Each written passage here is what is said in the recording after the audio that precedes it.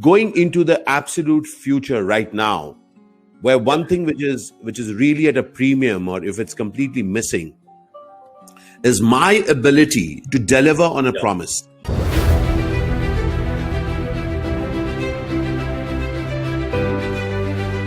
The digital avid miner experience reaching you.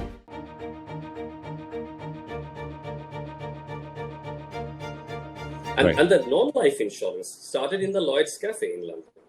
Mm-hmm. And there's an interesting story that it started almost with something akin to betting, saying that whose ships may drown on sea.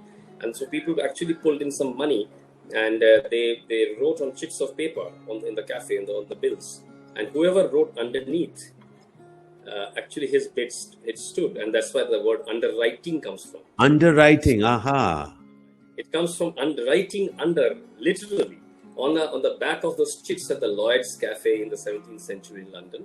And from that, obviously, the whole concept of this, shipping insurance, which is marine today, and all these cars and homes that you see today, all insurance, those things. So it all stems, Joydeep, from, I promise you that I will, in case this happens. So I'm pooling in money, putting it in a place which is assuring me in a way that I shall pay you back.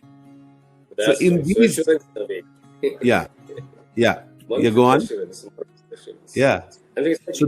So again, we come back to assurance. Like, even as I pool in my money, even if I pool in the money, I need somebody who assures that they will return back that money. Yes, and therefore, what comes through, is depending on that, promise. And you talked of a promise. You say there's a promise. Yes, there is a promise, and therefore it's a belief in that promise, which makes people take that insurance for a rainy day.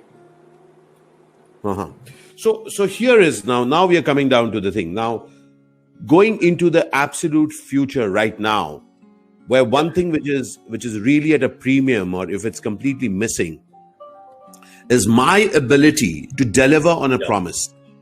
That's right. Right. So earlier I had made provisions to fulfill my promise.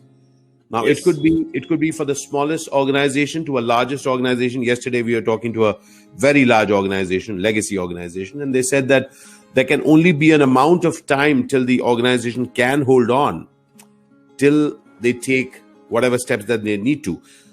So in these moments where risks are far outnumbering the hedging possibilities, what happens to the insurer? How does the insurer function in this kind of a scenario? So, the whole concept being pooling, people keep pooling upwards. So, for example, in normal situation, let's forget what we are in right now. We are in a truly unprecedented global situation. But normally, if an insurance company has insured somebody in India or somebody in Thailand, then they would also like to hedge their bets. So they reinsure.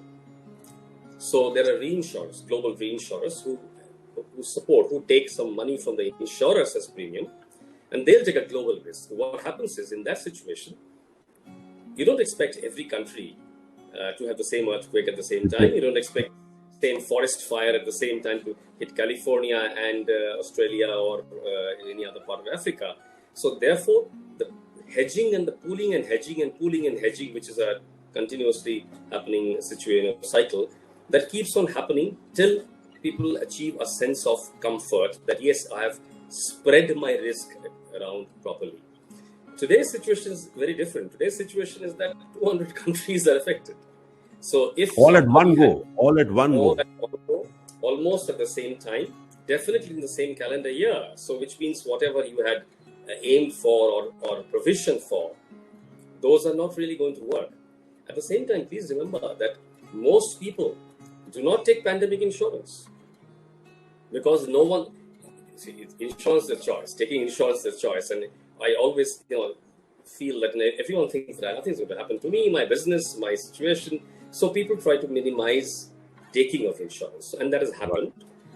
So globally, while there'll be large-scale insurance claims being paid for various things.